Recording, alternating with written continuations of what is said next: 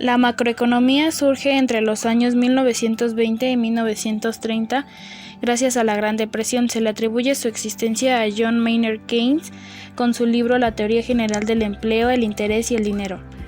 Ahora bien, se puede decir que la macroeconomía examina el comportamiento agregado de la economía, es decir, la manera en que interactúan todos los agentes, que son los individuos y las empresas en la economía. De esta manera, su estudio se va a centrar en dos puntos importantes: el crecimiento económico y los ciclos económicos. Por otra parte, es necesario diferenciar la macroeconomía de la microeconomía. La microeconomía es esta parte de la economía que estudia el comportamiento de los agentes individuales, las empresas y los mercados, como son los mercados individuales, un sector en concreto, las interacciones personales. En los mercados individuales podemos poner el ejemplo como el precio de la manzana en el mercado, en el sector en concreto el desempleo de un sector industrial, en las interacciones personales qué compra una familia o un cierto grupo de personas. Es decir, la macroeconomía estudia las decisiones individuales de los agentes en la economía.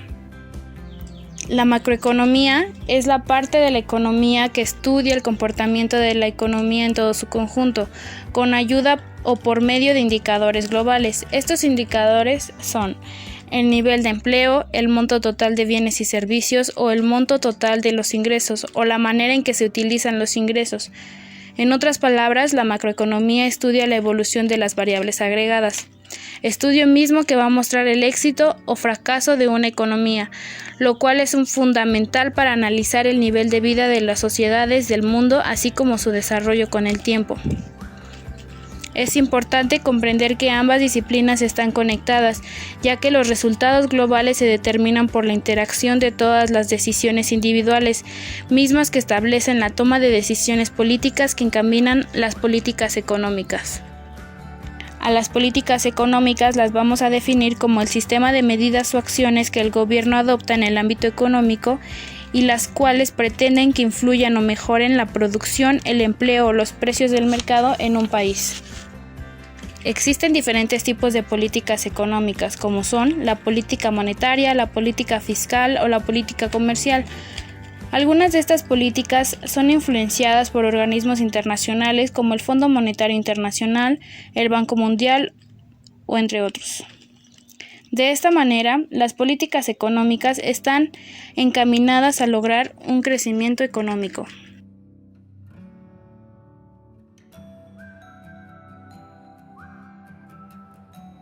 Bueno, compañeros, yo les voy a explicar la contabilidad nacional, Producto Interno Bruto y Producto Nacional Bruto.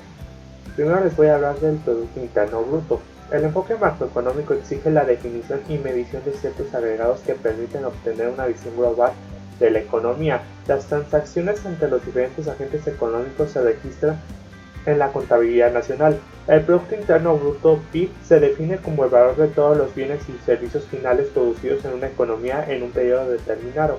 En general se calcula para un año, pero gracias al desarrollo de sistemas informáticos ahora se calcula trimestralmente, lo que nos permite hacer un análisis por cada uno de los trimestres del año.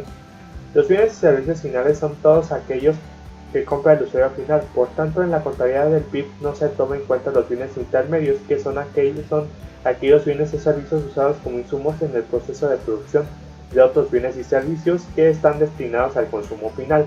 De lo contrario, estaríamos incurriendo en una doble contabilidad. Debemos destacar que se suma el valor de la corriente de todos esos bienes que van a la demanda final, los que compra el consumidor para un uso o servicio, lo que significa que no incluimos las transacciones de bienes intermedios que se realizan generalmente entre productores. Los bienes intermedios son aquellos que las empresas compran para producir otros bienes. Por tanto, el PIB no contabiliza dichos bienes. De lo contrario, si lo hiciéramos y además sumaríamos el valor de los bienes finales, los cuales, como ya se expresó, contienen aquellos bienes intermedios, se incluiría en una duplicación de cuentas. También debemos señalar que estas transacciones no distinguen la nacionalidad de los productos de los consumidores. Es decir, el PIB contempla el valor de la producción que entra entre la corriente de bienes y servicios de demanda final generados en el interior de un país. Por tanto, nacionales como extranjeros en un periodo, por lo que incluyen también las actividades de las empresas extranjeras que producen en territorio nacional. Ahora bien tenemos que considerar dos factores, que es el PIB nominal y el PIB real. Del PIB nominal se mezclan tanto la evolución de los precios, variable nominal, como la cantidad producida y vendida, variable real, por lo que es correcto tomar el PIB nominal para hacer afirmaciones sobre la riqueza que produce una economía. La medida correcta para hacer un análisis de cómo ha evolucionado la producción real requiere que eliminemos el efecto de los precios que posee el PIB nominal. Si se hace esto, llegaremos al PIB real, el cual se define de la misma forma que el PIB nominal, para evaluarlo en un precio de un año base, con lo que se elimina el efecto de los precios, dejando exclusivamente el valor en términos de cantidades reales. El procedimiento para calcular el PIB es sencillo. El PIB nominal se divide entre un índice de precios que conocemos como el deflactor implícito del PIB y se multiplica por 100. A esta operación se le conoce como deflactar y se calcula en la siguiente fórmula que se presenta. Y bueno, solamente para hacer otro punto. Así, deflactar es la operación por medio del cual el valor del PIB nominal se convierte en PIB real. Con ello se elimina el efecto de los precios de valor. Por lo mismo, deflactar es la operación aritmética por el cual se transforman los valores nominales en valores reales, tomando como base el precio de un año determinado. El PIB real o Producto Interno Bruto o precios de un año base se le conoce como un Producto Interno Bruto real. Expresa el valor de los bienes sin considerar las restricciones que pueden generar los precios. También otro factor que influye es la inflación, que es la variación o tasa de crecimiento de los precios. Esto puede referirse a un país, una región o una industria o un producto. Si utilizamos el factor implícito del PIB, su tasa de variación se refiere a una tasa de inflación nacional. Si usamos el índice nacional de precios al consumidor, estaremos calculando la tasa de inflación de precios al consumidor. Si tomamos el índice de salarios mínimos, estaremos calculando la tasa de inflación en los salarios mínimos y así sucesivamente. Tanto la tasa de inflación como la del crecimiento del PIB son tasas de variaciones o medidas de cambio. La primera corresponde al aumento de precios y la segunda al volumen de producción de un país de un año determinado. Esta tasa se revela en el estado de salud de una economía. La inflación, por tanto, se refiere al proceso de crecimiento de los precios. La tasa de crecimiento del PIB muestra el crecimiento en términos reales de un... Ahora les voy a explicar el Producto Nacional Bruto. El Producto Nacional Bruto hace referencia al valor de la producción obtenida por factores producidos nacionales situados en el país o en el extranjero y se define como la suma del Producto Interno Bruto, PIB, más la renta de las residencias nacionales obtenidas por ellos en el extranjero, RRN, menos las rentas de los residentes extranjeros obtenidos por ellos en territorio nacional, RRE. El Producto Nacional Bruto es la suma del valor de todos los bienes y servicios de demanda final generados por las empresas exclusivamente nacionales. Esto incluye la producción tanto dentro como fuera del territorio nacional, como en un periodo determinado. Por tanto, las diferencias con el PIB consisten en que se cuantifica solo con la producción de empresas nacionales o propiedades nacionales. En la definición del Producto Nacional Bruto se incluye la inversión bruta, que es la inversión neta más la depreciación, por lo que es un indicador más preciso del Producto Nacional. Todo incluiría en la producción total de la inversión neta. Haciendo un símil en la población, queda claro que lo importante que es tener en cuenta la depreciación. Así, si quisiéramos medir el aumento de la población, no podríamos calcular simplemente el número de nacimientos inversión bruta, pues eso exageraría la variación neta de la población. Para conocer el crecimiento de la población hay que restar el número de fallecidos, depreciación del capital. Por lo tanto, si deseamos calcular el Producto Nacional Neto, debemos restar el Producto Nacional Bruto, la depreciación o amortiguación de. Política fiscal. El Estado desempeña un papel importante en la recaudación de impuestos, en gastar y adquirir bienes y servicios y hacer transferencias destinadas a la protección social. La política fiscal tiene tres formas: incremento en el gasto público, uso de los impuestos y las transferencias para desplazar la curva de la demanda agregada. Algunos economistas advierten que las políticas fiscales demasiado activas podrían estabilizar la economía debido a la aplicación de políticas y retardos en la formulación. El consumo y la inversión pública afectan directamente a la demanda agregada, pero los impuestos y las transferencias influyen indirectamente a través de los cambios en la renta disponible de los hogares. La renta disponible es la renta total de la que disponen las familias para dedicarla al gasto y que es igual a los ingresos totales que reciben en forma de salarios. Política fiscal expansiva. Desplaza la curva de la demanda agregada hacia la derecha. Se pone en práctica mediante el gasto público o en servicios y bienes. También mediante modificaciones de las transferencias o de los impuestos. Además, estas reducen el superávit o aumentan el déficit. La política fiscal contractiva desplaza la curva de la demanda agregada hacia la izquierda. Reduce la demanda agregada. En la práctica se consigue mediante la disminución del gasto público o en bienes y en servicios, un aumento de los impuestos o una disminución de las transferencias. Además, estas reducen el déficit y aumentan el superávit. La política fiscal tiene un efecto multiplicador sobre la economía que depende de la propensión marginal a consumir. Dicho multiplicador es el resultado de una reacción en cadena en la que provoca el aumento del PIB. Es decir, las políticas fiscales expansivas hacen aumentar el PIB y las políticas fiscales contractivas lo reducen. El consumo y la organización pública tienen un efecto sobre el PIB mayor que las transferencias o los impuestos. Ahora, los impuestos, excepto la cuota fija, y algunas transferencias actúan como estabilizadores automáticos, reduciendo el tamaño del multiplicador y disminuyendo la amplitud de las fluctuaciones del ciclo económico. Es decir, estos hacen que la política fiscal sea expansiva cuando la economía se contrae y restrictiva cuando la economía se expande. Después, la política fiscal discrecional es aquella que se utiliza de forma deliberada en el gasto público o sistema impositivo como herramienta de gestión de la demanda. Emana de las medidas fiscales de los responsables de la política económica toman de forma deliberada. Para evitar confusiones con los efectos de las políticas fiscales discrecionales y los ciclos económicos, los gobiernos calculan el saldo presupuestario ajustado por el ciclo económico y en una estimulación de la cual sería el saldo presupuestario si la economía estuviera en el nivel de output potencial. Política monetaria. Curva de demanda de dinero. Surge el dilema entre el costo de oportunidad de mantener el dinero y la liquidez que proporciona dicho dinero. El costo de oportunidad de mantener el dinero depende de los tipos de interés a corto plazo y no de los tipos de interés a largo plazo. Modelo de la preferencia por la liquidez de los tipos de interés. En el mercado monetario, la curva de demanda de dinero y la curva de oferta de dinero determina el tipo de interés de equilibrio. Los bancos centrales pueden mover los tipos de interés desplazando la curva de oferta de dinero. En la práctica, los bancos centrales usan las operaciones de mercado abierto para conseguir un objetivo de tipo de interés interbancario al que siguen todos los demás tipos de intereses a corto plazo. Hay dos tipos de política monetaria. Política monetaria expansiva. Reduce el tipo de interés aumentando la oferta de dinero. Esto hace que la inversión y el consumo aumenten, lo que a su vez estimula la demanda agregada y el PIB real a corto plazo. Política monetaria contractiva. Sube el tipo de interés reduciendo la oferta del dinero. Esto hace la inversión y el consumo caigan, a lo que a su vez disminuye la demanda agregada y el PIB real a corto plazo.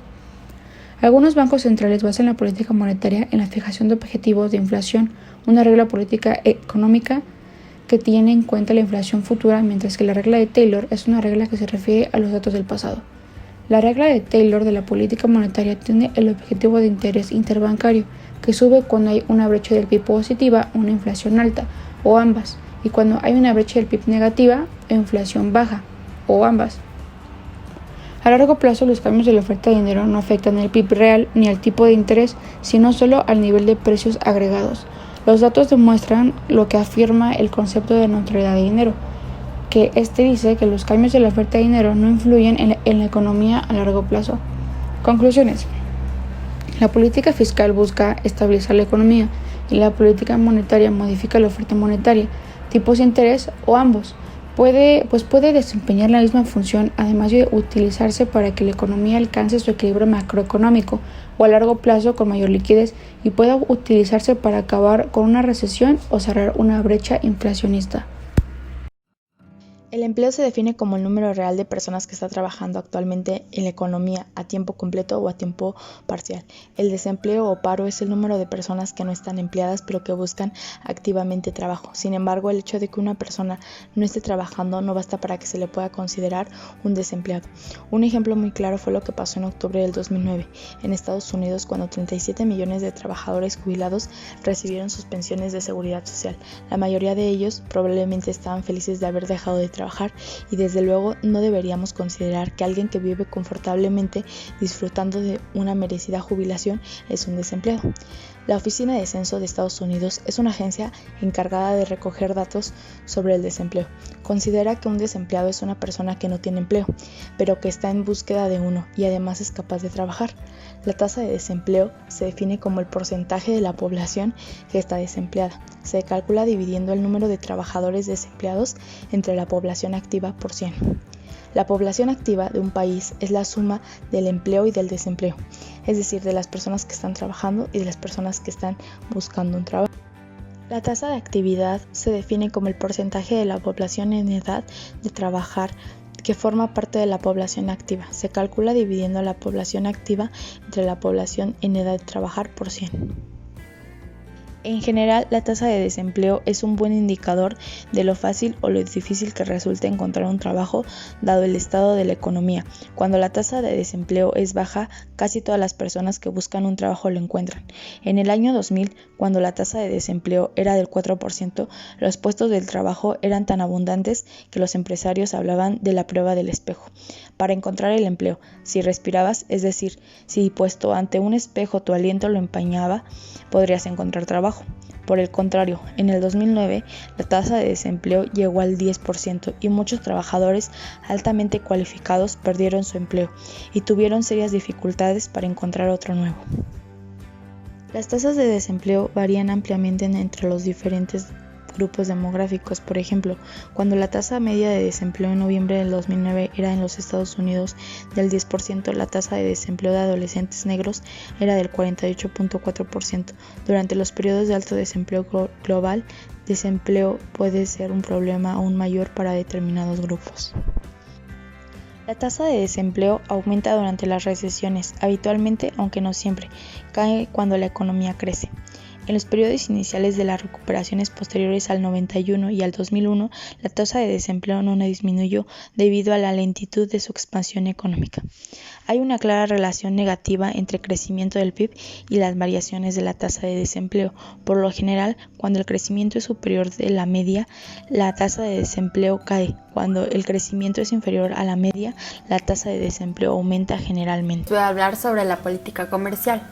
Su objetivo es tener lo más equilibrado posible la balanza comercial, es decir, las exportaciones y las importaciones, para que de esta forma tanto los productores como los consumidores en un país no se vean afectados, sino al contrario beneficiados.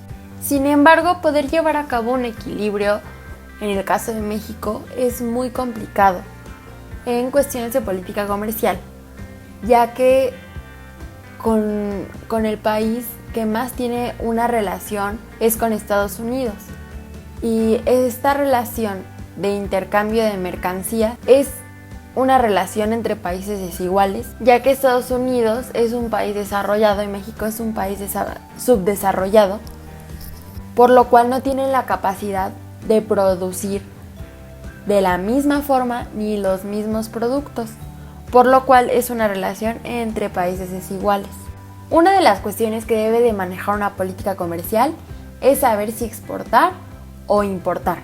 Cuando la oferta es mayor que la demanda, un país debe de exportar, y cuando la demanda es mayor que la oferta, un país debe de importar. Pero para esto también influye mucho la tecnología con la que un país cuente, en el caso de ser un país desarrollado, o los productos que un país produzca en el caso de que sea un país subdesarrollado. Otra de las cuestiones que se debe de tomar en cuenta para formular una política comercial es cuál es el tamaño de la economía, porque esto va a influir en su inserción a nivel mundial, y también de esto va a depender si son precios aceptantes, lo que quiere decir si el país es el que determina los precios o solamente es el que tiene que aceptar los precios. Los precios nacionales indican la oportunidad de los productores nacionales de insertarse competitivamente en el mercado. A pesar de que la política comercial tenga el supuesto objetivo de mejorar las condiciones para todos y el bienestar de todos, no puede ser esto posible porque siempre hay ganadores y perdedores. Una de las medidas más importantes que se toma en la política comercial son los aranceles. Los aranceles incrementan el precio de los productos importados por encima del precio mundial. Los aranceles son un impuesto a los bienes producidos en el extranjero y que se venden en el mercado nacional. Los aranceles solo deben aplicarse cuando los países son exportadores de algún producto para proteger a los productores nacionales. Sin embargo, eso también tiene sus ganadores y perdedores. Porque aunque mejora el bienestar de los productores nacionales e incrementa los ingresos del gobierno, representa también una pérdida para los consumidores y las consumidoras, porque va a ser más caro para ellos comprar. Y pues los aranceles solo son útiles y tienen impacto si el país que lo va a aplicar es el importador. Una de las críticas a los aranceles es que no siempre es bueno aplicarlos porque representan una barrera para el libre comercio. Y una de las medidas que se recomendaría para una política comercial es mayor variedad de productos. Pero para esto se necesita que no existan monopolios, porque a pesar de que haya una mayor variedad de productos, si existen los monopolios, sería llevar a cabo una política comercial sin sentido. Bueno, yo les voy a hablar de la inflación. Para empezar, la inflación es un fenómeno que afecta a toda la economía y a sus agentes, a los consumidores, a los productores, a los empresarios, a las instituciones, a los inversionistas, al gobierno, a las exportaciones y a las importaciones. Es decir, afecta también la balanza comercial y también al Producto Interno Bruto y al Producto Nacional Bruto, y también afecta a las políticas económicas. La inflación es un proceso de crecimiento en los precios. Es el aumento generalizado y sostenido en los precios de la economía y generalmente es un indicador que se mide durante un año. Bueno, en el caso de México, dos de los más importantes indicadores son el Índice Nacional de Precios al Productor y el Índice Nacional de Precios al Consumidor. En la perspectiva del productor está el Índice Nacional de Precios al Productor, que mide el precio fijado por el productor al comprador, y en este no se incluye el IVA, es decir, el impuesto al valor agregado. Este índice anticipa presiones inflacionarias que se verían reflejadas en el Índice Nacional de Precios al Consumidor. Este índice, en la perspectiva del consumidor, es el Índice Nacional de Precios al Consumidor, que muestra la evolución de los precios de bienes y servicios que se consumen, y este indicador sí incluye el impuesto al valor agregado. El Índice Nacional de Precios al Consumidor está clasificado por subyacente y no subyacente. En la parte subyacente muestra la trayectoria de mediano plazo de la inflación, y este incluye los servicios y las mercancías. En la parte no subyacente están los bienes y servicios agropecuarios. Los productos agropecuarios se caracterizan por su alta volatilidad, y un ejemplo de estos son los cultivos agrícolas o la cría de animales. Y también están los energéticos y las tarifas autorizadas por el gobierno, y estos se caracterizan porque los precios están fijados por criterios políticos. La inflación y el PIB están sumamente unidos y van mucho de la mano, pues ambos reflejan el estado de la economía. La inflación influye en los salarios, en el tipo de cambio, en las tasas de interés, en el poder adquisitivo y en la toma de decisiones. Por lo tanto, es muy importante para poder tomar decisiones en cuestiones de política económica, política fiscal, política laboral, política monetaria o política comercial. El aumento de la inflación no siempre tiene que ser un indicador negativo para una economía. Cuando una economía se está desarrollando y va creciendo y la inflación también aumenta, no es un indicador negativo. La inflación también puede indicar incertidumbre, ya que en esta también hay ganadores y perdedores. Un ejemplo de esto serían la relación entre los prestatarios y los prestamistas. Cuando la inflación es mayor a la esperada, los prestatarios ganan. En contraposición, cuando la inflación es menor a la esperada, los prestamistas ganan. Por lo cual se puede decir que hay ganadores y perdedores. Cuando la inflación está aumentando y el crecimiento económico de un país no lo está haciendo, significa que está existiendo una pérdida de poder adquisitivo, el cual se ve reflejado en la calidad de vida de las personas. Uno de los eventos que más ha afectado a México por el aumento de la inflación fue en la década perdida, en los 80.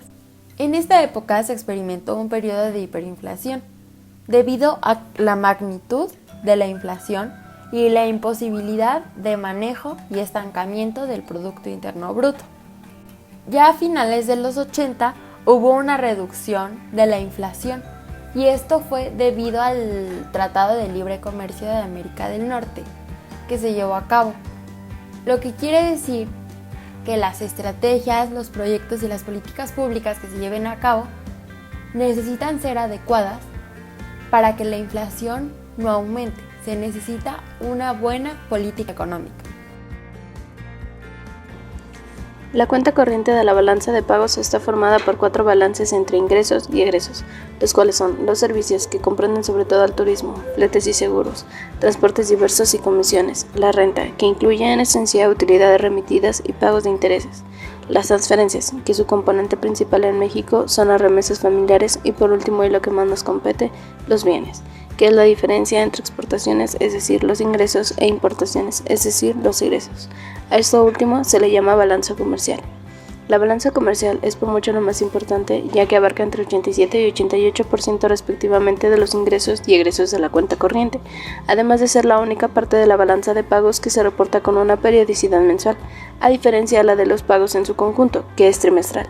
Cabe destacar que en México solo corresponde a las mercancías.